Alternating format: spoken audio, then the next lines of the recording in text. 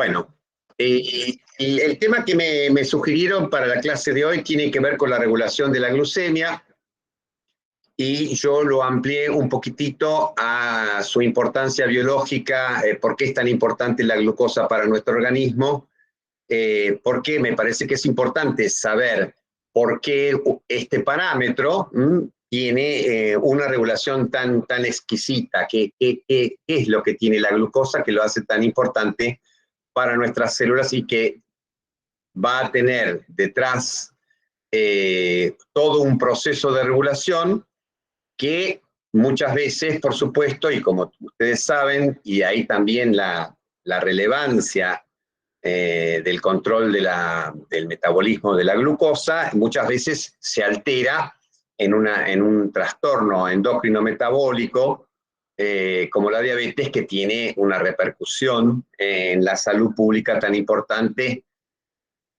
dado el hecho de que aproximadamente una de cada 10 personas de más de 20 años presentan este trastorno, ¿sí? Sabemos que para realizar cualquier trabajo, ya sea trabajo muscular, trabajo celular, trabajo químico, etcétera, hace falta energía, y que en el mundo, en la superficie terrestre, los organismos pueden obtener energía a través de la modificación de distintos sustratos reducidos, como por ejemplo productos nitratos o sulfatos del suelo. Son muy pocos los organismos quimiosintéticos y muy primitivos, inclusive algunos más primitivos que las bacterias inclusive, y los otros, la mayoría de los individuos, se nutren a partir de aquellos que son fotosintéticos, ¿sí? O sea que la luz solar es indispensable para que haya vida sobre nuestro planeta. Y esa luz solar resulta entonces, a través de transformaciones químicas en el interior de las células, la producción de esa energía, o de la transducción de la energía de la luz solar a la energía química en el proceso de fotosíntesis, y luego la incorporación por los consumidores de esas plantas y en los distintos órdenes que tengan las cadenas tróficas, va a permitir que esa energía química almacenada en las moléculas reducidas que se forman gracias al proceso fotosintético puedan dar origen a los distintos aspectos del trabajo que lleva a cabo una célula: anabolismo, contracción muscular, transporte contragradiente, etcétera, ¿sí? Y esto tiende, en última instancia, a desordenar. ¿Por qué? Porque tomamos una molécula en una forma, una energía en una forma, y la vamos a ir intercambiando para, de alguna manera, ir liberando esa energía en forma de calor, y por supuesto también va a haber distintos productos finales del metabolismo que son menos, obviamente, complejos que las moléculas que le dieron origen. Por eso, de la molécula de la glucosa, por ejemplo, vamos a obtener moléculas simples como dióxido de carbono y agua. Y esto lleva entonces al famoso aumento de la entropía o del desorden o del caos, que es algo que es característico entonces en nuestro sistema general, universo, considerado como tal, pero contra el cual nosotros, los organismos vivos, de alguna manera tenemos que estar luchando permanentemente. O sea, nosotros no podemos permitirnos ese aumento de la entropía, porque llevaría a la disminución al acortamiento de nuestra vida, y lo que tenemos que hacer es tratar de mantener el orden a costa también de un gasto de energía importante. Para poder obtener la energía de los compuestos reducidos que se sintetizan, por ejemplo, en la vía fotosintética, nosotros utilizamos vías catabólicas. El catabolismo es un proceso, o está representado por procesos oxidativos que degradan, o sea, transforman las moléculas de mayor tamaño o mayor peso molecular a moléculas más simples, como ya les dije, genera energía o transforma de alguna manera la energía química y la alberga en forma de ATP, y va a ser entonces como resultado desechos que se excretan al entorno. A lo largo de los procesos catabólicos se pueden formar productos finales que puedan servir para vías anabólicas, o sea que esos componentes de la lisis de las distintas macromoléculas puede servir para reformar, vamos a ver después, en los procesos anabólicos, estas moléculas nuevamente. Y como dice acá, los procesos catabólicos en general tienen como sufijo el término lisis.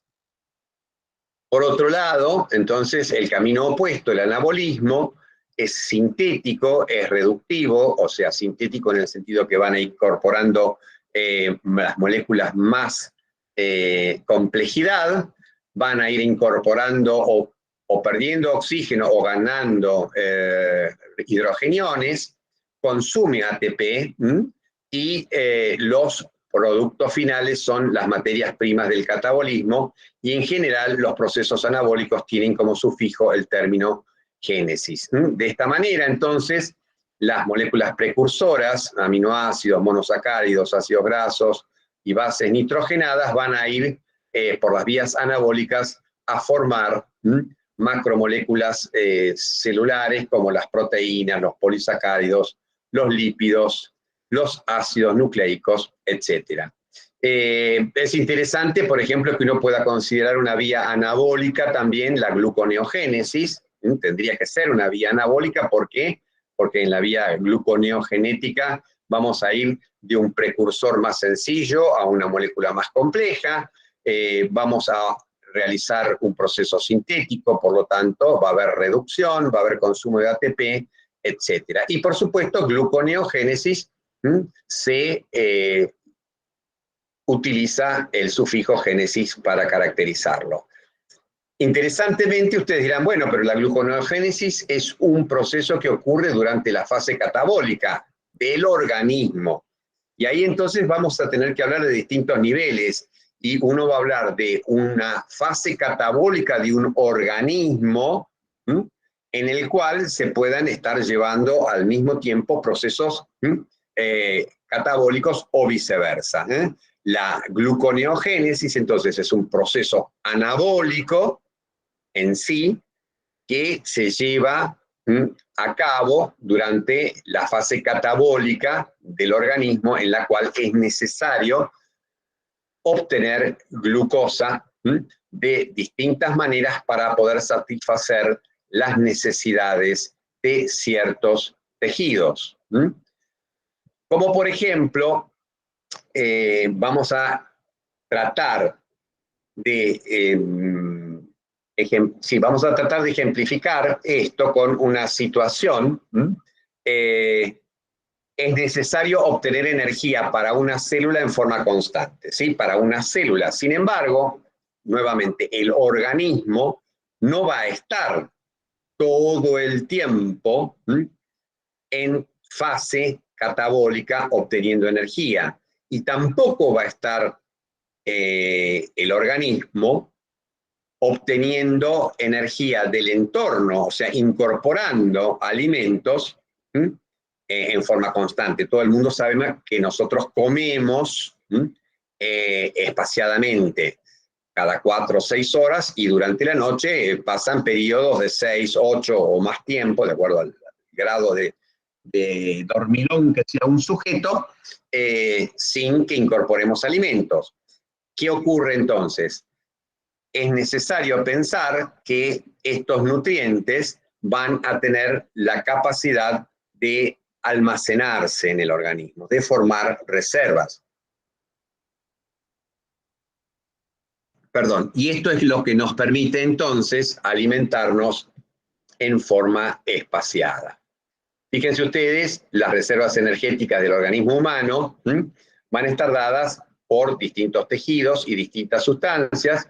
Las reservas más importantes, como ustedes saben bien, están dadas por el depósito de triglicéridos en el tejido adiposo, que aproximadamente en un sujeto de 70 kilos, el famoso hombre fisiológico, va a estar albergando unos 15 kilos de grasa, y si transformamos cada uno de esos kilos de grasa en calorías, multiplicando por 9, acuérdense que cada gramo entonces de grasa puede brindar por oxidación unas 9 kilocalorías, vamos a obtener esta cantidad de kilocalorías. Fíjense ustedes comparativamente cuán baja es la cantidad de energía que puede aportar el glucógeno almacenado tanto en el hígado como en el músculo, que son los dos sitios principales de almacenamiento del glucógeno. Y esto les tiene que llevar a preguntarse por qué hablamos tanto del metabolismo de la glucosa si la verdadera reserva de energía va a estar dada por el almacenamiento de triglicéridos. Entonces tenemos que ir a parar a nuevamente cuestionarnos por qué es tan importante la glucosa. ¿Por qué almacenamos glucógeno en vez de glucosa? ¿Sí? Porque uno diría, ¿por qué vamos a darle tanta importancia a la vía del glucógeno, la síntesis del glucógeno y su degradación?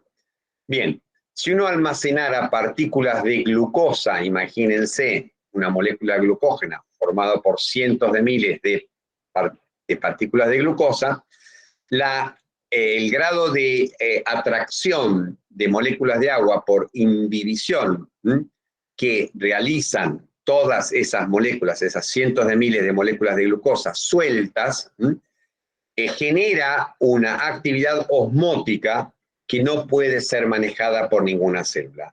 Por eso, almacenar glucógeno es mucho más viable, o es viable desde lo osmótico. En segundo lugar, ¿por qué almacenamos grasas en vez de glucógeno? Y sencillamente porque almacenar triglicéridos en vez de glucógeno ocupa 8 veces menos espacio. En parte o gran parte esto se debe a la posibilidad de obtener mayor cantidad de energía a partir de la oxidación de las grasas, y porque la molécula de glucógeno en sí ocupa más espacio que las moléculas de triglicéridos, que no se rodean prácticamente de agua, etc. Ahora, fíjense ustedes con respecto a la relevancia de la glucosa como combustible. Hay un concepto que uno puede considerar erróneo o no, de vuelta, siempre la interrogación y la pregunta de que la glucosa es el principal combustible del organismo, y nosotros mostramos acá que los hepatocitos, que existen en buena cantidad, tenemos 1,2 kilos, 1,5 kilos de hepatocitos aproximadamente, lo que pesa el hígado, no utilizan glucosa como combustible, que utilizan ácidos grasos, fundamentalmente. Los adipocitos, y acá estamos hablando de 15 kilos, entonces, aproximadamente, de masa, tampoco utilizan glucosa como combustible, utilizan ácidos grasos. Y el músculo esquelético utiliza glucosa, pero muy esporádicamente. En la mayor parte del tiempo, los músculos utilizan ácidos grasos y cuerpos cetónicos y aminoácidos ramificados. Entonces, y tampoco el intestino, vamos a tener también una gran cantidad de células a nivel intestinal, utilizan la oxidación de la glutamina como combustible, y por lo tanto, la pregunta acá que surge es: más del 50% de nuestras células no utilizan glucosa con fines energéticos, almacenar la glucosa ocupa mucho espacio y rinde menos de la mitad de la glucosa como combustible. ¿Y por qué es tan importante la glucosa entonces? Los músculos necesitan glucosa. Habíamos dicho que los músculos prácticamente no utilizaban glucosa, pero el inicio de la actividad física durante el ejercicio requiere un aporte rápido de energía y esto se puede dar únicamente a través de la oxidación de la glucosa, ¿sí? Entonces, la glucosa es esencial para el inicio de la actividad física, como van a ver el año que viene en trabajo y tiempo libre. Y por otro lado, tenemos tejidos como el cerebro, que utiliza preferentemente glucosa, la oxida completamente a dióxido de carbono y agua. Eventualmente el cerebro puede adaptarse a utilizar cuerpos cetónicos, pero esto requiere de un periodo de 24 a 48 horas de preparación, por lo cual, esto es muy importante con respecto al rol de la glucosa como combustible, cuando al cerebro le falta glucosa, cuando disminuyen los niveles de glucosa en sangre, se produce una situación muy alarmante de neuroglucopenia, de falta de glucosa en el cerebro, que desencadena mareos, pérdida de conocimiento, coma y muerte, y que ustedes tienen que, por supuesto, conocer.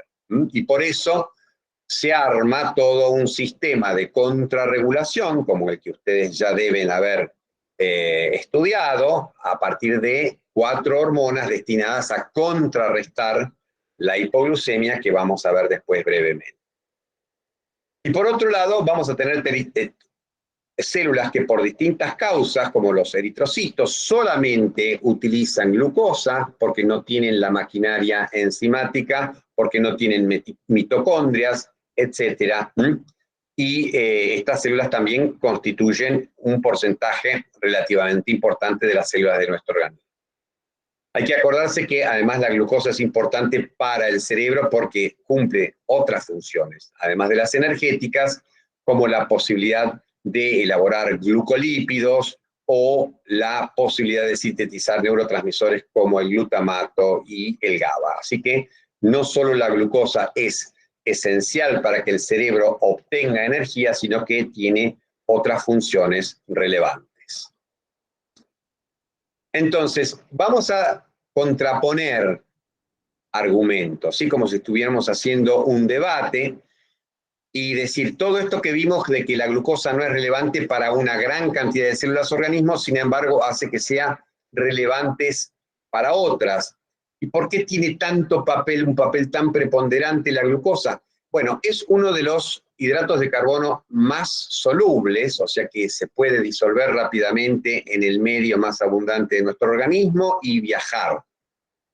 Tiene baja posibilidad de glicosilar, y esto tiene que ver con las complicaciones que surgen después de que está elevada la glucosa durante mucho tiempo, ¿sí? La glucosa, de todos los hidratos de carbono que están en nuestro organismo, es uno de los que tiene menos capacidad de producir daño por glicosilación, y cuando veamos un poquito diabetes en tercer año, lo vamos a repasar en forma más detallada. La glucosa permite, de alguna manera, generar energía por su oxidación en forma rápida, lo que permite entonces obtener en determinados tejidos, como les mencioné, el músculo que comienza a hacer actividad física, energía rápidamente. También, fíjense ustedes, es importante que la glucosa pueda estar siendo oxidada en tejidos que están en condiciones prácticamente anaerobias en nuestro organismo, como por ejemplo los eritrocitos que no tienen mitocondrias, o sea, están en condiciones aerobias, pero no tienen la manera de oxidarla, por lo tanto pueden obtener ATP a través de otros procesos, la glucólisis anaerobia, o las células de la médula renal, que están en un medio donde por la baja perfusión que tienen, les llega muy poco oxígeno, igual pueden obtener energía por la oxidación anaerobia de la glucosa. Y esta última frase es una curiosidad, pero es interesante. En condiciones anaeróbicas no se producen cambios de coloración en los productos que se forman. Ustedes dirán, ¿qué tendrá que ver esto con la importancia de la glucosa? Entonces uno tiene que remontarse a que hay determinados tejidos donde si la obtención de energía formara productos con distintos colores, estaríamos afectando la entrada de la luz. Y me estoy refiriendo a tejidos como por ejemplo el cristalino a nivel del ojo, ¿sí? En el cristalino o en la córnea, la obtención de energía se hace en base a procesos anaeróbicos, primero porque tienen muy pocas mitocondrias las células, porque las mitocondrias ocupan mucho espacio y estarían entorpeciendo el pasaje de la luz. Y segundo, si se formaran los distintos intermediarios del ciclo de Krebs, tendríamos cambios en la coloración que estarían afectando también la calidad de la luz que los atraviesa. Fíjense, una curiosidad, pero que también habla de lo interesante que es la glucosa como combustible. Por otro lado, de vuelta, la glucosa es importante para obtener ATP, aunque pocos tejidos la necesitan. En verdad, tiene una función anaplerótica, acuérdense el ciclo de Krebs, las reacciones anapleróticas que sirven para generar otros intermediarios, y la glucosa es entonces una fuente importante de aporte de carbono al ciclo de Krebs para que a partir de este se puedan sintetizar otros compuestos. La glucosa es importante porque es una fuente de otros hidratos de carbono, como por ejemplo la lactosa o la ribosa.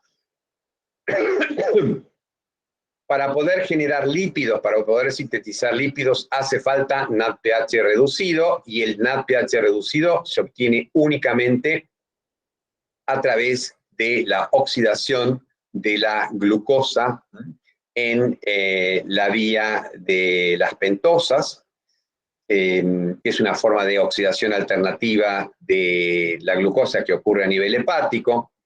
La glucosa es esencial para muchos procesos que involucran la glucuronidación, o sea, la formación de ácido glucurónico, también a nivel hepático. Y por supuesto, desde el punto de vista estructural, ya habíamos mencionado la importancia de la glucosa como sustrato para formar glucolípidos, glucoproteínas y otros compuestos con glucosa como componente. O sea, vamos a pensar así, si bien la glucosa no es la fuente de energía de la mayor parte de las células del organismo, la glucosa es una sustancia que tiene particularidades que la hacen esencial.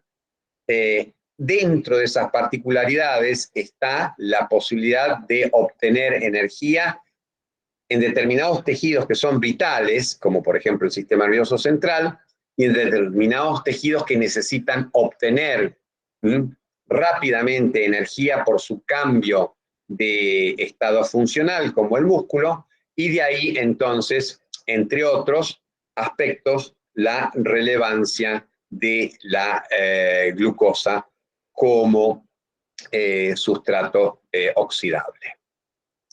Bien, esta figura ya la conocen. Esta figura la conocen, es una figura tomada del Bessey-Taylor, y es una figura que plantea el flujo de nutrientes en las dos situaciones que nosotros contemplamos durante la nutrición, o sea, la digamos, separación o la intercurrencia de dos mecanismos, de dos procesos, la ingesta y el ayuno. Y en la ingesta, entonces, van a ocurrir una serie de procesos llevados a cabo para poder incorporar los nutrientes, y tras ese procesamiento de los nutrientes y la absorción de los mismos, tiene que ocurrir una fase anabólica.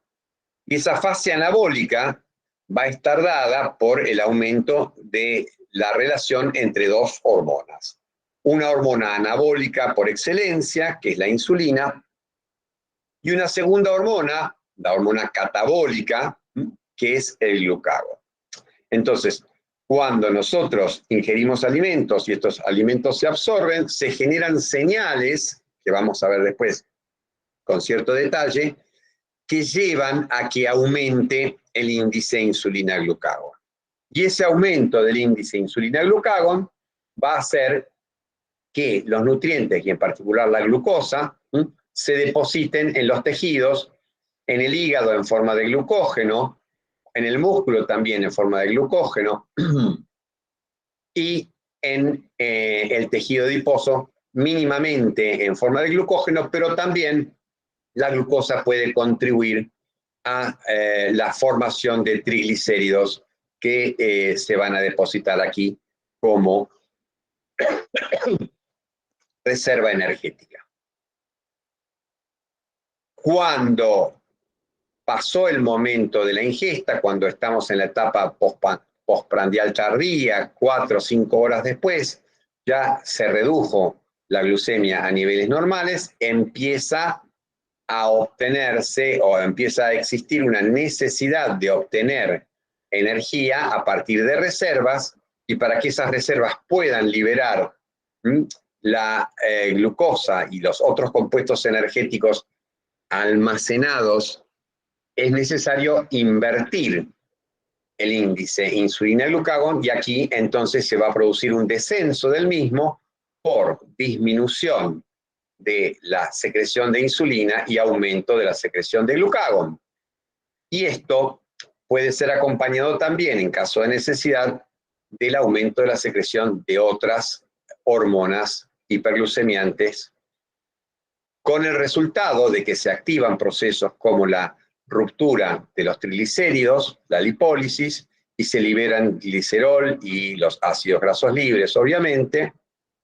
También va a haber, durante esta fase catabólica en la cual disminuye el índice insulina-glucagón, ruptura del glucógeno, y esa ruptura del glucógeno va a llevar a nivel hepático a que se incremente la síntesis de glucosa y que esa glucosa pase a la sangre para mantener los niveles de glucosa en sangre estables, y esto tiene que ver fundamentalmente con esa dependencia que tiene el sistema nervioso central de una cantidad fisiológicamente relevante de glucosa circulando. Que hablamos entre 70 y 110 miligramos de decilitro para algunos textos, entre otros 60 a 100, etc.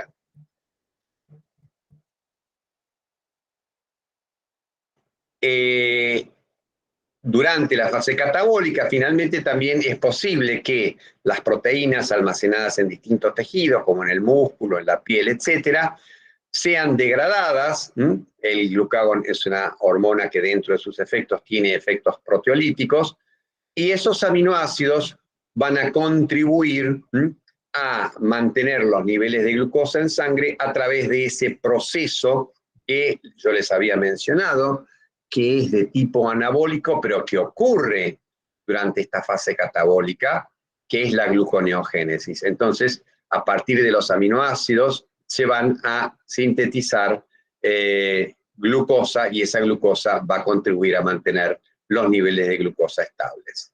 También hay una contribución muy importante de los ácidos grasos libres a la obtención de energía, que lo hace en forma directa, o sea, los ácidos grasos libres pueden ser utilizados como tales por la mayoría de las células, pero no nos olvidemos que el cerebro necesita, porque los ácidos grasos libres no atraviesan la barrera hematoencefálica, que haya una modificación de estos ácidos grasos libres y que se sinteticen a partir de los mismos cuerpos cetónicos, que son entonces un combustible que va a estar presente fundamentalmente durante el periodo de ayuno.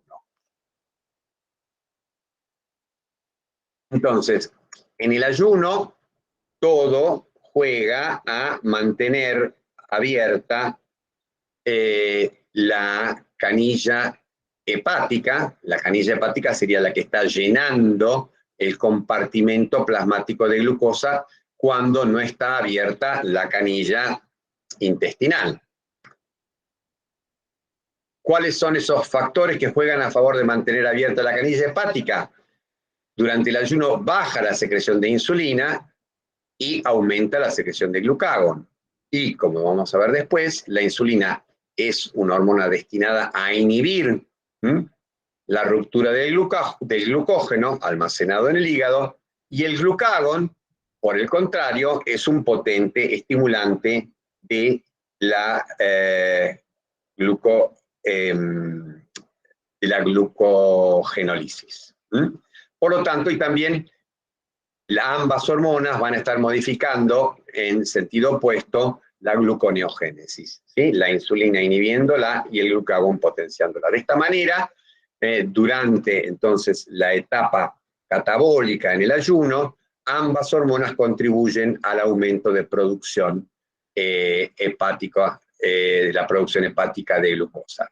Pero al mismo tiempo tenemos que tener en cuenta que la disminución de los niveles de insulina va a hacer que disminuya la captación de glucosa por parte de dos tejidos que son muy dependientes de la misma para captar glucosa, que son el músculo y el tejido adiposo, y esto va a hacer entonces que al caer la captación periférica de glucosa y aumentar la producción hepática de la misma, se normalicen los niveles de glucosa que habían disminuido por parte del ayuno. Y este es entonces ejemplo de un clásico mecanismo homeostático donde la hipoglucemia o la disminución de los niveles glucémicos va generando cambios que producen entonces una respuesta de los tejidos que permite oponerse a ese cambio. La hipoglucemia entonces genera procesos, aumento de la glucogenólisis y de la gluconeogénesis hepática,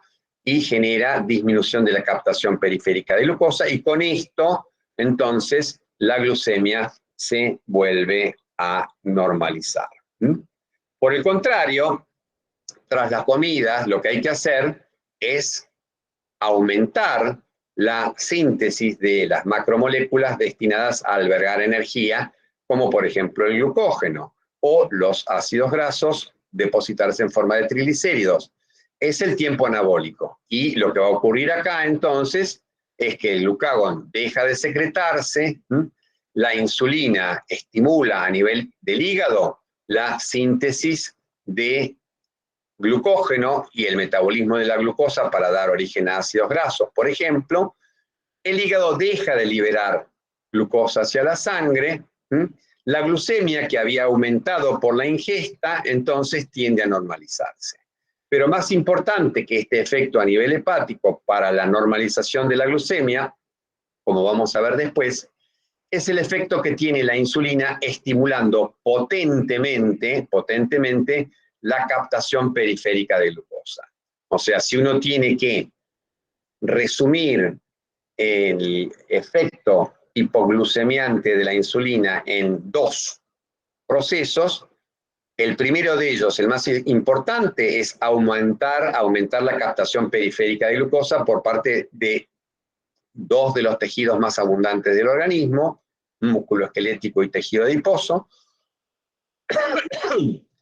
Y por otro lado, el mecanismo hipoglucemiante de la insulina involucra el proceso de inhibir la liberación de glucosa del hígado hacia el torrente sanguíneo. Y la combinación de ambos mecanismos va a dar como resultado la disminución de las concentraciones de glucosa en sangre.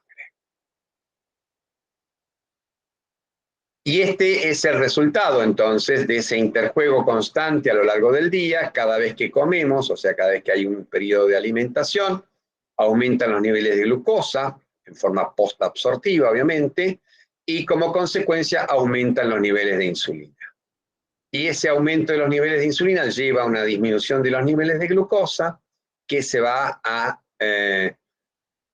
va a ser seguido de una disminución de los niveles de insulina. Y así sucesivamente, en forma totalmente paralela, los niveles de glucosa y de insulina van a oscilar durante el día, después de cada comida, y fíjense ustedes, durante el periodo de reposo va a haber una disminución de los niveles de glucosa, que alcanza su nadir, su nivel más bajo, entre las 3, las 4 de la mañana y las horas, digamos, las primeras horas del día. Y esto se acompaña, por supuesto, también de una disminución paralela en los niveles de insulina circulantes. Todo esto tiene en cuenta un factor interesante desde el punto de vista cronobiológico, y es el hecho que nosotros, por, digamos, la presión evolutiva durante millones de años, hemos adquirido el hábito de descansar durante la noche, y durante la noche el consumo energético de nuestras células es mínimo, y por eso los niveles de glucosa en sangre van a tender a disminuir. Fíjense ustedes entonces que controlar la glucemia implica una homeostasis adaptativa, o sea, la insulina es secretada en respuesta a las concentraciones de glucosa en sangre, pero también vamos a tener un mecanismo de homeostasis predictiva, y es el hecho de que, sabiendo en qué momento del día nos encontramos, va a haber modificaciones circadianas en la secreción y en la sensibilidad de la insulina. Y por último, vamos a ver que hay modificaciones a largo plazo asociadas a cambios en el requerimiento o en la sensibilidad de la insulina. Por ejemplo, en un individuo que aumenta de peso y va a aumentar la necesidad de insulina, o en en una mujer que se embaraza y que va a tener otros requerimientos metabólicos. Y ahí lo que va a variar, fíjense ustedes, ya no es la secreción de insulina, sino que va a variar la cantidad de células beta, y va a haber modificaciones en la cantidad de islotes que van a estar contribuyendo a la síntesis de la insulina. Vamos a hablar en especial del control de la secreción de insulina por la disponibilidad de glucosa, que es el principal, entonces, factor encargado de la regulación de la secreción de insulina. Después de la administración de glucosa... Una pregunta. Sí, te escucho. Cuando vos hablas de la regulación de la insulina con respecto al ritmo circadiano, Sí. ¿Cómo sería? O sea, saber, por ejemplo, para ejemplificar, saber que nosotros vamos a comer dentro de un rato. O sea, pasa también por la parte cefálica. Esto va ligado. No. En una persona que no come y que está en un sitio acostada durante todo el día, ¿sí? Va a estar despierto durante ese periodo, durante la noche se va a dormir. Cuando esa persona pase al momento de descanso nocturno, sus niveles de glucosa en sangre van a bajar y la secreción de insulina va a bajar. ¿De acuerdo? No tiene que ver con los periodos prandiales. Obviamente sí se puede mezclar, pero no lo mezcles porque agrega factores de confusión. Sencillamente, cuando nosotros estamos descansando de noche, ¿sí? Vamos a necesitar menos glucosa, nuestras células van a necesitar menos glucosa y va a haber menos secreción de insulina. ¿De acuerdo? Perfecto. Entonces tiene que ver más con el sueño y la vigilia, no con Tiene los que ver momentos prandiales. Perfecto. No con los momentos prandiales, exactamente. Gracias. No hay de qué. La secreción de insulina estimulada por la glucosa en sujetos sanos tiene dos fases características. Después vamos a ver a qué corresponden estas dos fases. Tienen una fase rápida, en la cual la secreción de insulina aumenta en forma rápida, en menos de 10 minutos, y cesa. Y luego tenemos un segundo componente, el estímulo glucémico está durando en forma permanente, pero hay esta pequeña interrupción y luego se renueva y se hace un incremento en forma más prolongada. Esto tiene que ver con la cantidad de gránulos de secreción de insulina que estén presentes cerca de la membrana, como vamos a ver después en el proceso de regulación de la secreción de insulina por la glucosa. Como resultado, si uno mide en un individuo los perfiles de secreción de insulina en forma intravenosa, vamos a ver esta curva. No vamos a ver las dos fases. ¿Por qué? Porque la primera fase es muy rápida y muy cuantiosa. Y antes que desciendan los niveles de insulina de esa primera fase, se empieza a secretar la segunda, con lo cual los dos componentes se mezclan y tenemos esta forma de la curva. La curva que habíamos visto anteriormente es una curva teórica descrita a partir del funcionamiento de la secreción de insulina estimulada por la glucosa en una célula beta aislada, ¿sí? Es un modelo experimental distinto a este, que es una situación biológica, orgánica, fisiológica, ¿de acuerdo? Una cosa interesante es que cuando las personas desarrollan diabetes, este primer pico de insulina se pierde. Y esto es importante, como vamos a ver después, metabólicamente, porque se pierde un efecto muy importante de la insulina para controlar sus distintos efectores, tanto a nivel hepático como a nivel de músculo y tejido adiposo. Fíjense ustedes cómo va a ocurrir la secreción de insulina estimulada por la glucosa. Este es un proceso que ustedes los tienen que llevar a repasar un poquitito distintos mecanismos de transporte a nivel de la membrana que están presentes en la célula beta del islote pancreático responsable de la secreción de insulina y cómo se van a ir intercalando en el mecanismo de secreción. En primer lugar, la célula del islote tiene transportadores específicos para la glucosa, además de los GLUT1 que están presentes en todas las células prácticamente, tiene unos transportadores que se llaman GLUT2, que son transportadores que dejan entrar muy fácilmente la glucosa. Son poco específicos, o sea que otra exosa podría ingresar, pero no existen concentraciones significativas de otras exosas que compitan con la glucosa, así que ese no sería un problema. Con lo cual, esta baja especificidad, pero alta capacidad de transporte de GLUT2 se transforma en un elemento importante a la hora de permitir la equiparación de los niveles de glucosa en el espacio intersticial, alrededor de las células beta, y en el líquido intracelular. O sea que no hay, entonces, dificultades para que las concentraciones de glucosa se igualen rápidamente entre el líquido intersticial y el líquido intracelular.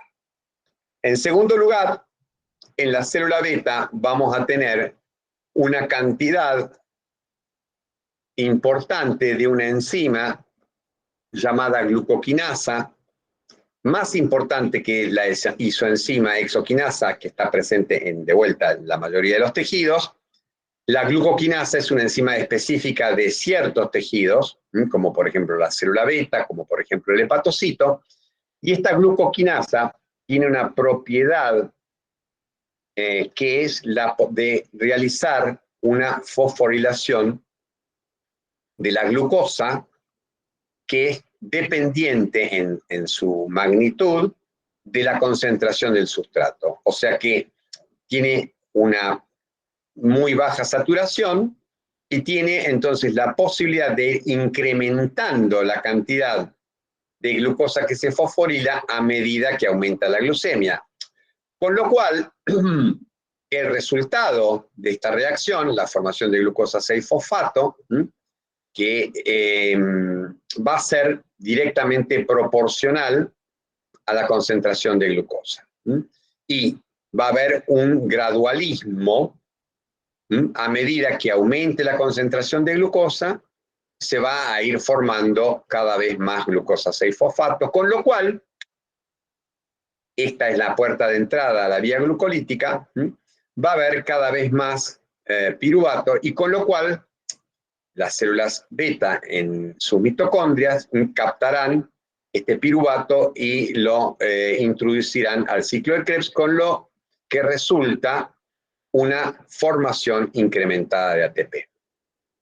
Entonces, rápidamente se igualan las concentraciones de glucosa a ambos lados de la membrana y por la propiedad de la glucoquinasa se va a ir oxidando la glucosa y se va a ir generando ATP en forma proporcional al aumento de la glucosa en el líquido extracelular. Esto es un concepto importantísimo para entender cómo se regula la secreción de insulina a partir del aumento de la glucosa en sangre. En segundo lugar, para entender este mecanismo, tenemos que tener en cuenta que la célula beta está equipada con un par de transportadores, de mecanismos de transporte muy peculiares. Uno de ellos es un canal de potasio sensible al ATP. Y cuando aumentan los niveles de ATP, el canal de potasio se cierra. Y si ese canal de potasio se cierra, el potasio que está escapándose de la célula permanentemente, gracias a su gradiente de difusión, va a tender a aumentar. ¿Por qué? Porque hay una bomba, que ustedes conocen muy bien, sodio-potasio ATPase, que sigue funcionando activamente, con lo cual se cierra el escape de potasio, la bomba sodio-potasio ATPasa continúa ingresando potasio a la célula, el resultado es que los niveles de potasio aumentan. Y si aumentan los niveles de potasio en la célula, este catión, la carga positiva, hace que se incrementen las cargas positivas, y si se incrementan las cargas positivas, la célula se despolariza. Y si la célula se despolariza, tiene la activación de un segundo componente, canal iónico, relevante para el proceso de secreción de la insulina, como lo es el canal de calcio voltaje dependiente. Y estos canales de calcio voltaje dependiente se activan entonces por la despolarización celular, y esa despolarización celular, al activar los canales de calcio voltaje dependientes, provocan el ingreso de calcio al interior de la célula y el aumento de la concentración de calcio dentro de la misma. ¿Sí? Entonces hay, a partir de este mecanismo de aumento del calcio intracelular, un estímulo directo para la secreción de insulina. En realidad no es directo del calcio, en parte sí, y en parte es mediado por una proteína quinasa, que ustedes ya conocen, que se activa gracias a la unión del calcio a una proteína reguladora, que es la proteína calmodulina. Y la proteína quinasa se llama proteína quinasa de calcio calmodulina. Ustedes la tienen que conocer porque es un componente muy importante para el estímulo de la contracción del músculo liso a partir del aumento de las concentraciones de calcio en estas células.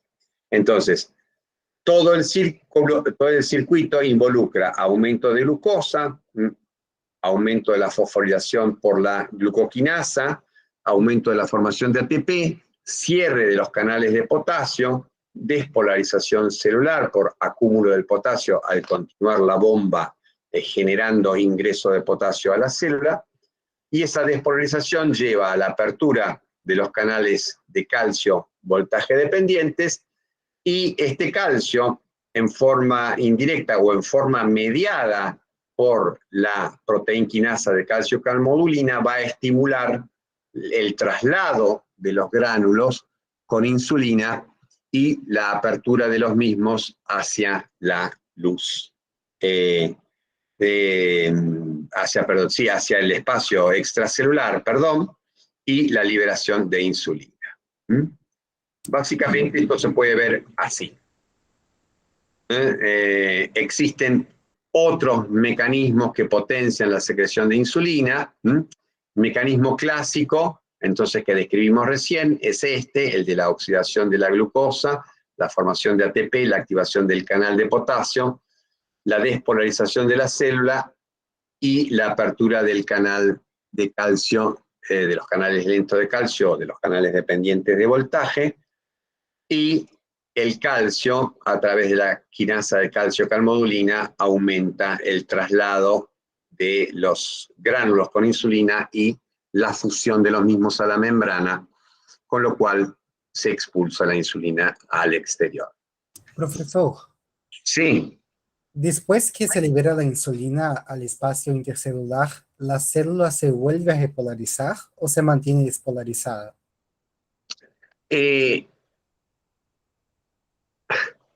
Estos fenómenos son fenómenos que duran pocos segundos. O sea, vos decís, después de que se libera la insulina. Esto es un proceso en donde se alternan cambios en el potencial de la membrana que van a dar origen a una secreción alternada de la insulina por parte de la célula. Pero lo lógico sería decir, una vez que termina el estímulo, una vez que las concentraciones de glucosa disminuyen, este mecanismo vuelve a la normalidad y la célula beta recupera su potencial de reposo habitual. ¿Sí? Sería correcto decir lo que vos afirmás, ¿de acuerdo? O sea, una vez que finaliza este estímulo, la célula vuelve a su potencial de reposo habitual. Dale, perfecto. Gracias. Profe, entonces el calcio actúa sobre los gránulos de insulina para liberarlos igual que en los neurotransmisores en la sinapsis. Es un proceso muy parecido, sí. O sea, el calcio, ya sea en forma directa a través de ciertos mecanismos enzimáticos o a través de la fosforilación que realiza la quinasa de calcio-calmodulina, en realidad lo que hace es estimular a las proteínas microtubulares, que son proteínas contráctiles, para que trasladen los gránulos hacia la membrana. Y a nivel de la membrana, el calcio ya en forma directa va a producir cambios estructurales en estas proteínas que permiten la fusión del gránulo a la pared, a la membrana celular y la expulsión de la insulina. ¿Sí? Entonces, Bien, de acuerdo a la cantidad de gránulos que estén vecinos a la membrana, tendremos la primera fase de secreción y la segunda fase de secreción va a estar dada por la llegada de gránulos que están situados más lejos de la membrana y también por la insulina que comienza a secretarse, porque como vamos a ver después, existe la posibilidad de incrementar, además de la secreción, la síntesis de la insulina a través de la activación de otras vías. Dentro de esas vías que nos interesan y que complementan, esto es muy importante, son vías complementarias del estímulo de la secreción de insulina dado por la glucosa. La glucosa fisiológicamente es el mecanismo que inicia la secreción de insulina. Y los restantes mecanismos que vamos a ver ahora son mecanismos que potencian la secreción de insulina iniciada por la glucosa. De tal manera, esto se transforma en un mecanismo de seguridad, de tal manera que si no hay un aumento de la glucosa, no existen factores que puedan incrementar su liberación. ¿Por qué? Porque si no aumentó la glucosa y se libera insulina, el resultado va a ser una hipoglucemia. Y esto es lo que ocurre cuando uno utiliza determinados fármacos que estimulan la secreción de insulina en ausencia de glucosa, que es algo que van a ver cuando vean la terapéutica de la diabetes. Hay un sistema ligado a un receptor muscarínico para acetilcolina. Este receptor muscarínico, a través de una proteína G, va a aumentar la actividad de la fosfolipasa, y esta fosfolipasa va a aumentar la formación de inositol trifosfato y de diacilglicerol, y ambos, el inositol trifosfato, a través del aumento de la liberación de calcio desde el retículo citoplasmático liso, o el diacilglicerol por la activación de la proteína quinasa C, pueden colaborar con el estímulo de la secreción de insulina. Entonces acá tendríamos un mecanismo relacionado con la actividad del vago en la durante la secreción, durante la ingesta, y ustedes saben perfectamente que durante la ingesta, durante el momento anabólico, por distintos mecanismos, la activación del vago es un hecho que pone en marcha distintas secreciones, desde lo salival hasta la secreción de ácido gástrico y también, por supuesto, la secreción de insulina. Y por último, un tercer mecanismo regulador muy importante que tienen que tener en cuenta es el control de la secreción de insulina a través de las modificaciones en la concentración intracelular de AMP cíclico.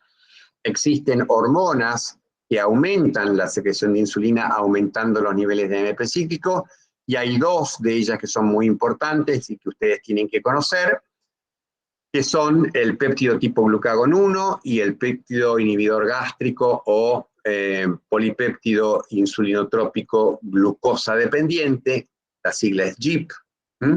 Estas dos hormonas son enterohormonas que son conocidas como incretinas, y estas hormonas tienden entonces a potenciar la secreción de insulina en forma muy considerable. Es muy relevante el estímulo, hasta un 60% de la insulina que se secreta durante las comidas depende del estímulo que producen estas dos enterohormonas.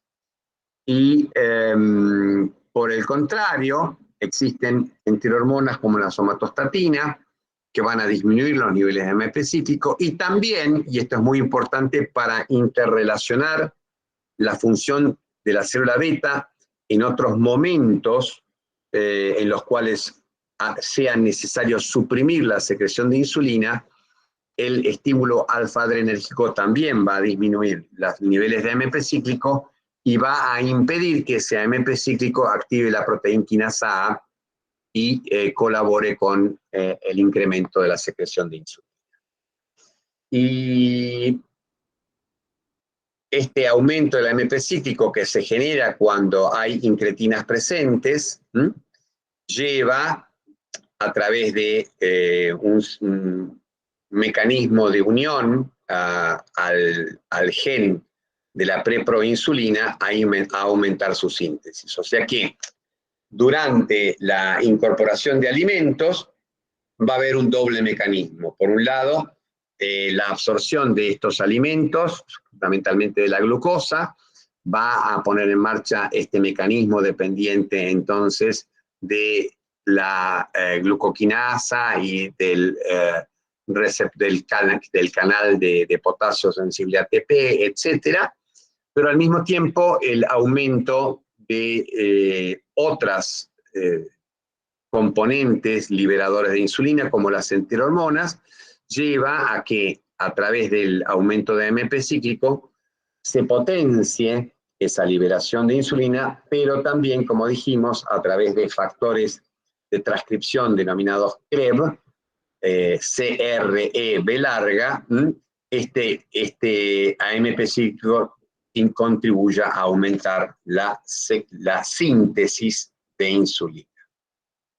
Entonces, los componentes más importantes para el estímulo postprandial de la secreción de insulina, son la glucosa como iniciador de la secreción de insulina, las enterohormonas GLP-1 y GIP, provenientes entonces de distintas porciones del tubo digestivo, tanto del duodeno como del ilion, y la acetilcolina de origen vagal. Esto no significa que haya otra gran cantidad de estímulos para la secreción de insulina que ustedes debieran conocer y que están enumeradas en los libros de texto. Como resultado de la acción de la insulina después de la ingesta, fíjense acá, este es un trabajo que está hablando del papel del hígado, el riñón y el músculo esquelético en la homeostasis postprandial de la glucosa.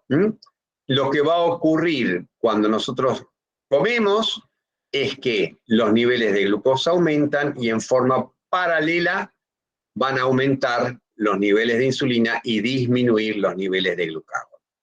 Y esto hace entonces a la ya mencionada modificación al incremento del índice insulina-glucagón, que se debe entonces al aumento de la insulina y a la reducción de los niveles de la hormona hiperglucemiante. La glucosa que ingerimos va a aparecer, estamos midiendo la glucosa que aparece en sangre después de ingerirla. Esta es la glucosa que se absorbió a nivel intestinal.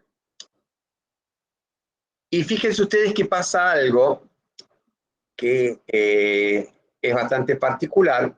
Esta es la glucosa que está circulando en sangre, pero que depende de la producción hepática de glucosa. O sea que está dependiendo de la glucogenólisis y de la gluconeogénesis. Y fíjense ustedes qué importante que es esto.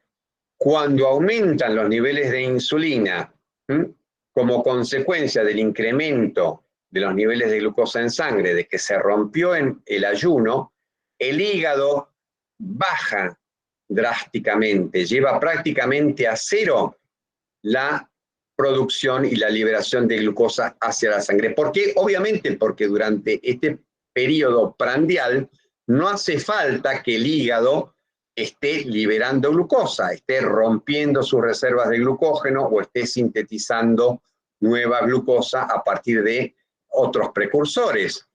Si ya tenemos la glucosa que está ingresando desde los enterocitos. ¿De acuerdo? Entonces fíjense que el mecanismo de la insulina se caracteriza por una potente inhibición de la producción hepática de glucosa, que contribuye, por supuesto, a disminuir los niveles de glucosa en sangre. La insulina que aumenta, entonces, a través de este pico que se genera, es responsable directo de la caída de la producción hepática de glucosa por inhibición de la glucogenólisis, por inhibición de la gluconeogénesis, y porque el hígado va a empezar a captar la glucosa gracias a distintos mecanismos y a metabolizarla tanto en forma oxidativa, formando piruvato y luego sintetizando ácidos grasos a partir de estos átomos de carbono, o almacenándola en forma de glucógeno. Y este mismo pico de insulina va a ser responsable del hecho de que una vez que aumenta la aparición de glucosa a nivel de la circulación periférica o sistémica, rápidamente comience un periodo de desaparición. O sea, estamos estimulando a que distintos tejidos del organismo capten esa glucosa para hacerla desaparecer del plasma. ¿Sí? Acá se juntan las dos curvas. Fíjense entonces que la aparición periférica de la glucosa da origen también, por aumento de la secreción de insulina, a este proceso de desaparición de la glucosa mediado por la insulina, que estimula a los dos tejidos más abundantes del organismo, el tejido muscular y el tejido adiposo, a que activamente capten glucosa. Activamente lo digo en forma marcada, no activamente con gasto de energía, no se confundan. ¿Por qué? Porque los transportadores de glucosa que van a introducir la glucosa en las células adiposas y las células musculares son transportadores GLUT4, que son transportadores pasivos, dependen del gradiente de glucosa. Y acá entonces se va a producir la caída de los niveles de glucosa mediada por este aumento de la desaparición.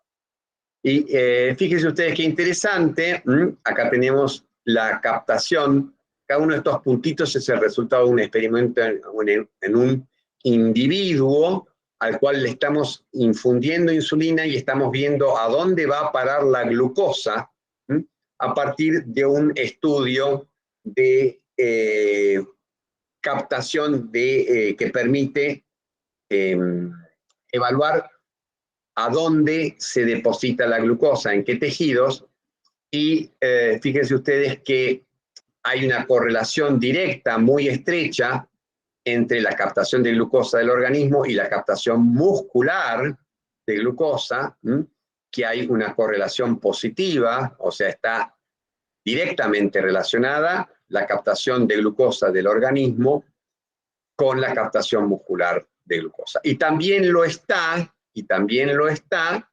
la captación de glucosa del organismo con la captación de glucosa por parte del tejido adiposo.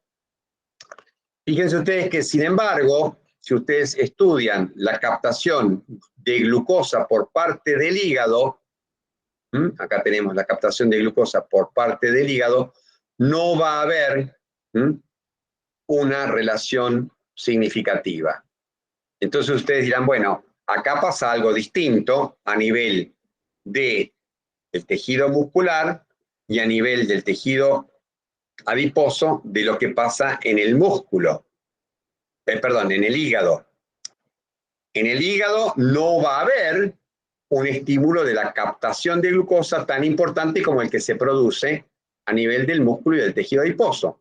Y esto tiene su explicación a nivel molecular. ¿Por qué? Porque la molécula encargada de transportar glucosa en el hígado es GLUT1 y también es GLUT2. Ninguna de las dos es estimulada por la insulina, como ocurre con el transportador GLUT4, que es responsable del transporte de la glucosa a nivel del músculo y del tejido adiposo. ¿Cómo hace la insulina para estimular los distintos tejidos para que lleven a cabo su acción? Tiene un receptor que tienen que conocer, que es un receptor, entonces, formado por dos dímeros. Este sería un dímero AB o alfa-beta, y son dos dímeros alfa-beta, o sea que es un receptor, entonces, tetramérico, formado por 4 subunidades, 2 alfa y 2 beta. La subunidad alfa tiene la propiedad de ligar o fijar o unir la hormona, y la subunidad beta incluye dentro de su secuencia aminoácidica una enzima. O sea, dentro de la secuencia aminoácidica de esta parte del receptor hay una serie de aminoácidos que codifican para una enzima que es la tirosina quinasa. Y esta tirosina quinasa, cuando se activa, es la que permite transducir al interior de la célula la señal de la insulina. ¿Sí? Entonces, el receptor para insulina es un receptor de membrana que tiene una estructura tetramérica, o sea, está compuesto por 4 subunidades, 2 alfa y 2 beta.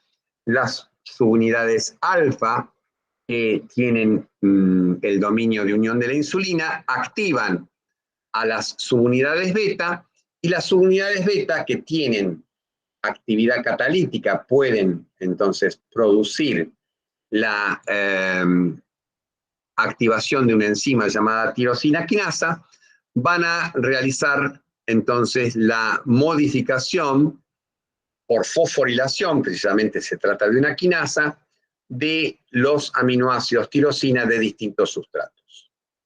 Y esos sustratos, los sustratos que nos interesan fundamentalmente para ustedes, es el de esta vía, la vía del sustrato del receptor de la insulina, o de los sustratos del receptor de la insulina. Hay varios de ellos, y estos sustratos del receptor de la insulina van a activar a su vez distintas quinasas, quinasas que terminan a través de la quinasa del inositol trifosfato, aumentando los niveles de inositol trifosfato, y este va a llevar a activar distintos efectores de la insulina, como por ejemplo los transportadores GLUT4 o la enzima encargada de la síntesis de glucógeno, etc.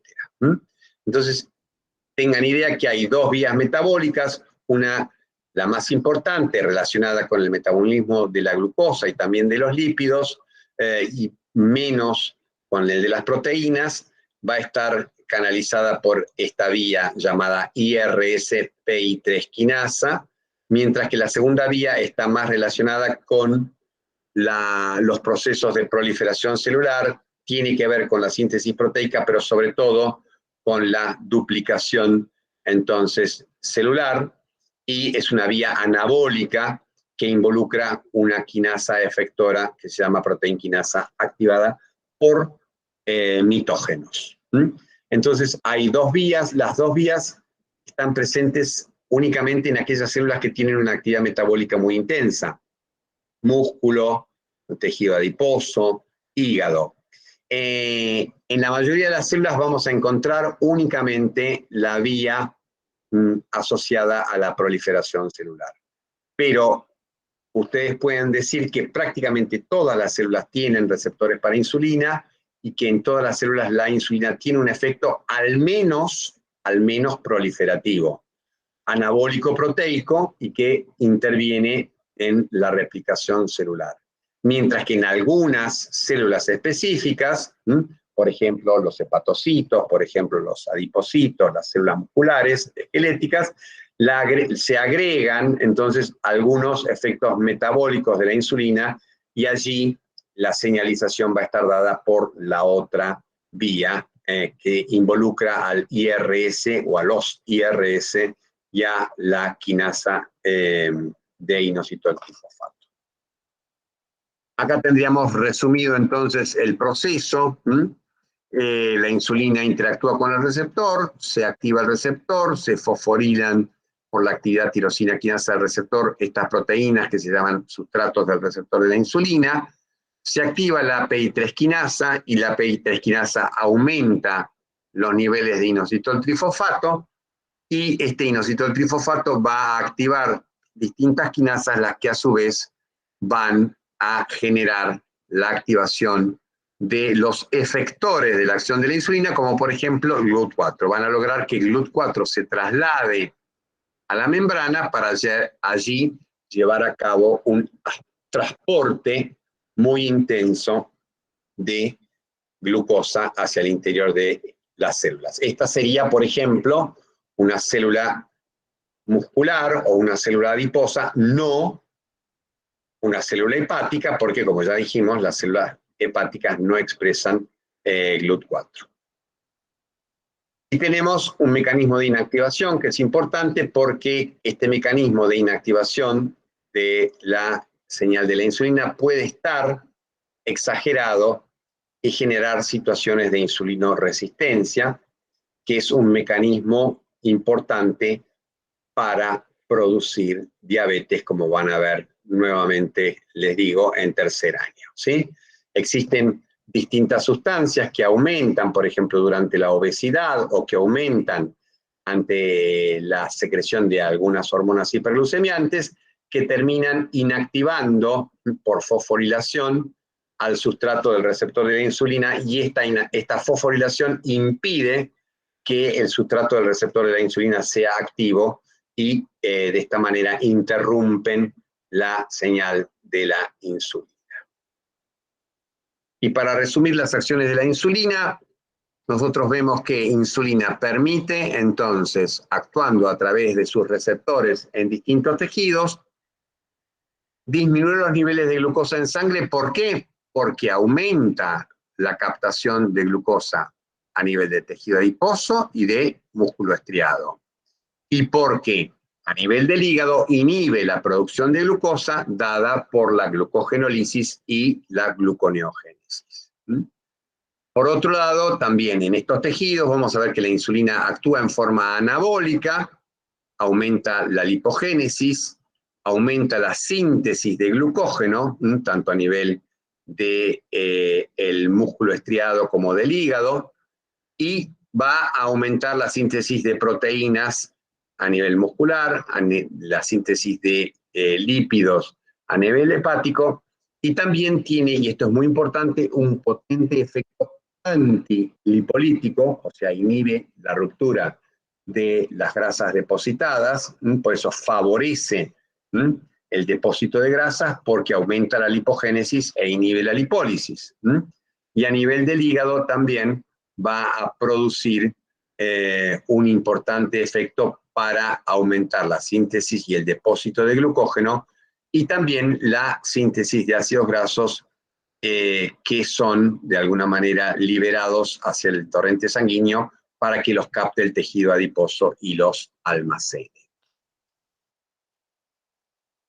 Como vimos antes, existe un círculo homeostático, ¿no?, de regulación que cuando baja la glucemia permite que se estimule la secreción de glucagón y el glucagón lleve a su efecto hepático, aumentando la producción de glucosa, y esto restaure la glucemia que había disminuido, ¿sí? Sencillamente. Pero este sistema aparenta ser cerrado. ¿Por qué? Porque este sistema se abre, y esto lo van a ver ustedes con bastante detalle el año que viene en trabajo de tiempo libre, donde van a ver que ante la aparición de un estímulo central originado en los músculos realizan ejercicio físico, envían una señal propioceptiva al sistema nervioso central, y el sistema nervioso central responde a través del simpático, disminuyendo la secreción de insulina por un efecto alfa adrenérgico. ¿Se acuerda que dijimos que el efecto alfa adrenérgico disminuía los niveles de AMP cíclico y de esta manera la secreción de insulina? Y a través de un efecto beta adrenérgico de otro tipo de receptores, aumenta la secreción de glucagón.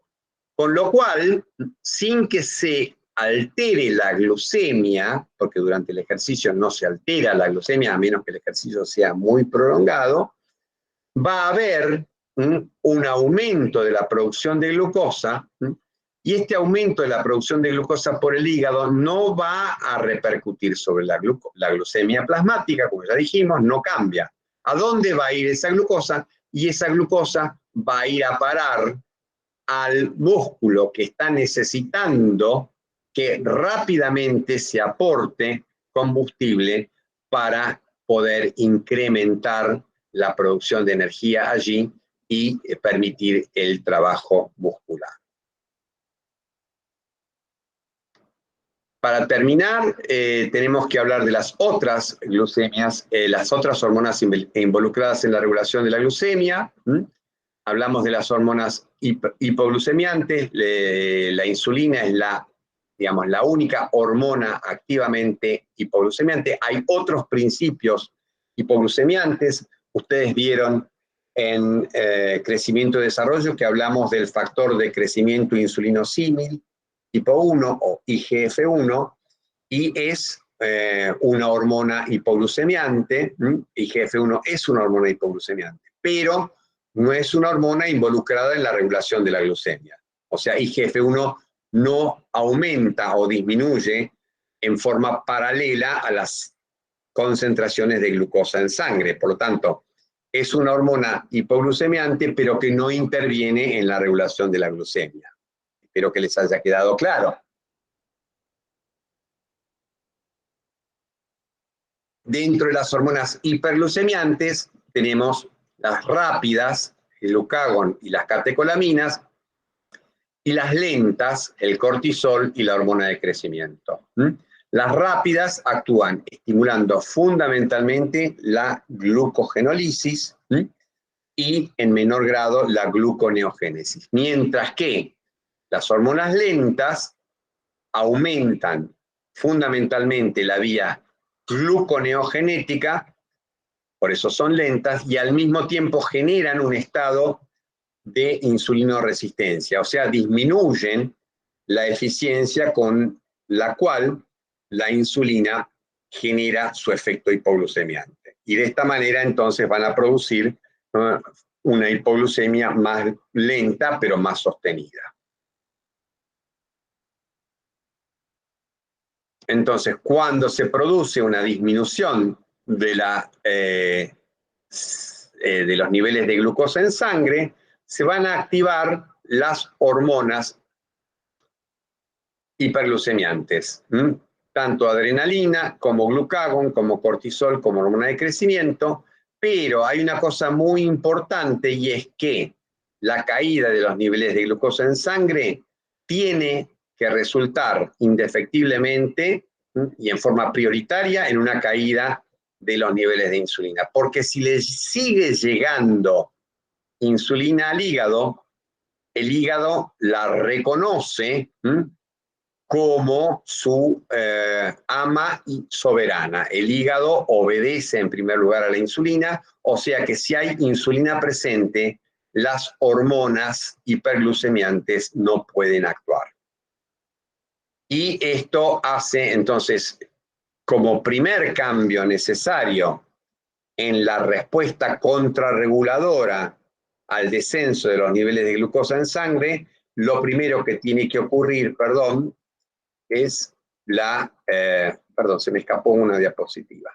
Lo primero que tiene que ocurrir es la disminución de los niveles de insulina. Y esto va a estar ocurriendo con niveles de glucosa en sangre que están inclusive por encima de los 80 miligramos por decilitro.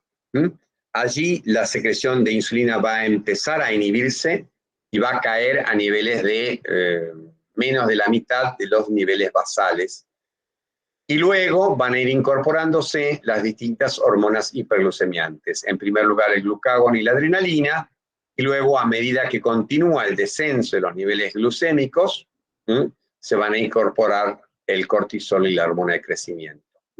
Esto en un rango de aproximadamente unos 15 a 20 miligramos por decilitro, se van a ir activando las respuestas de las distintas hormonas hiperglucemiantes.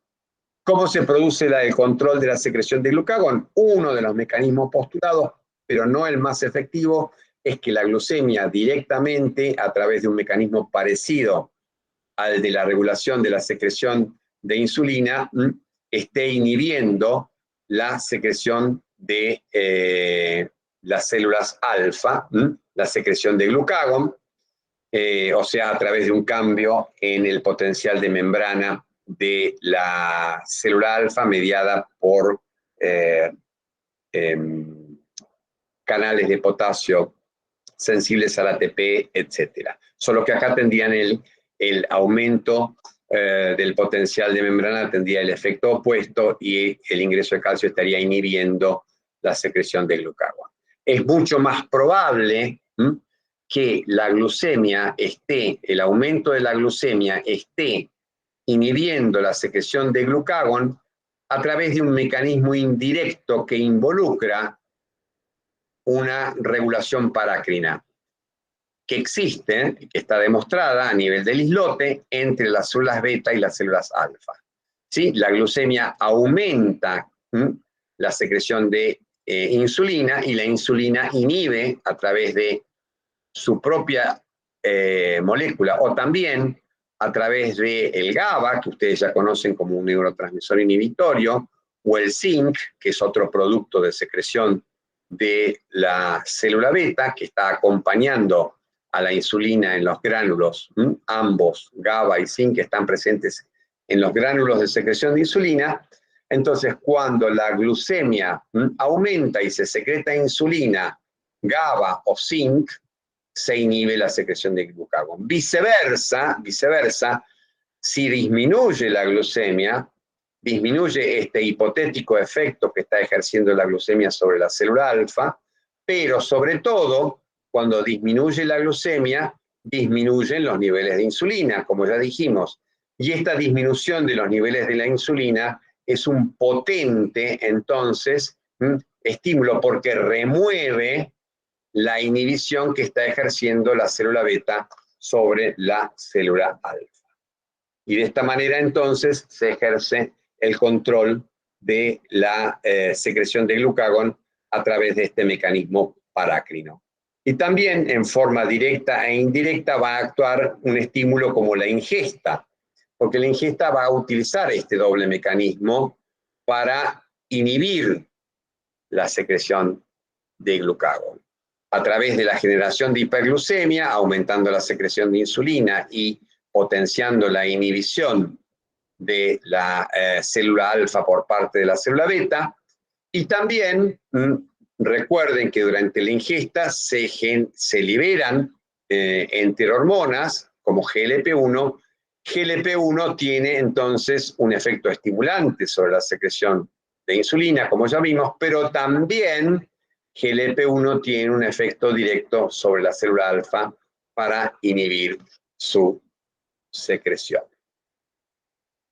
¿Cómo actúa glucagón? Tienen que acordarse que el glucagón es una clásica hormona con un receptor de 7 dominios transmembrana, y que ese receptor está asociado a una proteína G estimulatoria, que cuando se produce la unión de la hormona al receptor, se va a producir la separación de las subunidades beta y gamma, y la subunidad alfa activada va a producir entonces la puesta en marcha de la formación de AMP cíclico por parte de la adenililciclasa. Y esta adenililciclasa lo que va a hacer es, a través del aumento de la actividad de una proteinquinasa, que se llama proteinquinasa A, activar una cadena de quinasas que tiende finalmente a aumentar la actividad de la glucógeno fosforilasa y romper el glucógeno almacenado para poder entonces aumentar la producción hepática de glucosa. Y en forma indirecta también ese aumento de la proteinquinasa A puede, a través de la inducción de distintas enzimas, incrementar la actividad de la vía gluconeogenética y, por otro lado, también inhibir el consumo de glucosa a través de la vía glucolítica o de la síntesis de glucógeno. O sea que cuando actúa el glucagón, la generación de glucosa a nivel hepática se va a dar a través del estímulo de la glucogenólisis y de la gluconeogénesis, con lo cual aumenta la liberación de glucosa por parte del hígado hacia la sangre, y se van a inhibir los procesos de glucólisis y de glucogenogénesis. Entonces, para finalizar de los efectos metabólicos del glucagón, el glucagón estimula la glucogenogénesis, y este es un efecto clásico. Digo clásico porque fue el primero de los mecanismos descritos ligados a aumento del AMP cíclico hace ya unos 60 años, y abrió el camino hacia la fisiología de los segundos mensajeros. El aumento de la gluconeogénesis también es otro mecanismo resultante a través de un doble proceso.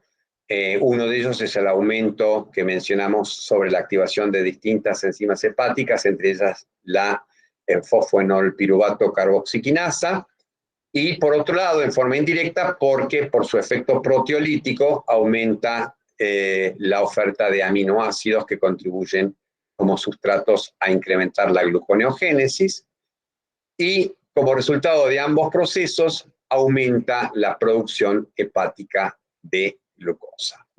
Acuérdense que ese efecto es a nivel hepático, que el glucógeno depositado en el músculo no es afectado por los niveles de glucagón, ¿sí? Para que se rompa el glucógeno del músculo hace falta que se secrete adrenalina, ¿sí? La glucógeno fosforilasa muscular es dependiente de adrenalina, además de otros factores, como van a ver nuevamente, les digo, el año que viene, pero algo muy importante, por más que se rompa el glucógeno en el músculo, esa glucosa no va a ir a parar al compartimento vascular. ¿Por qué? Porque la glucosa en el músculo no puede salir porque no hay glucosa 6-fosfatasa, ¿de acuerdo? Y de esta manera entonces la glucosa que se almacena en el músculo queda en el músculo. Y bueno, con respecto al glucagón, finalmente no hay modificación de la captación periférica de glucosa por parte del mismo, o sea, no genera una interferencia con las acciones de la insulina, como lo hacen otras hormonas hiperglucemiantes como el cortisol y la hormona de crecimiento, tiene efectos proteolíticos, como ya mencionamos, y tiene efecto lipolítico débil. Bueno, y con esto terminamos esta clase de repaso. Les pido disculpas porque tengo nulo tiempo. Tengo que comenzar a tomar examen ahora a las 2, así que no voy a poder responder preguntas, pero en los horarios habituales de las clases de consulta, o sea, el martes a las 9 de la mañana y el jueves a las 14 vamos a poder recibirlos para responder sus dudas. Que estén muy bien, estudien mucho y que pasen un buen fin de semana. Gracias, profe. Hasta luego. Gracias, Chao, profe. gentes. Chao. Chau. Chao, gracias.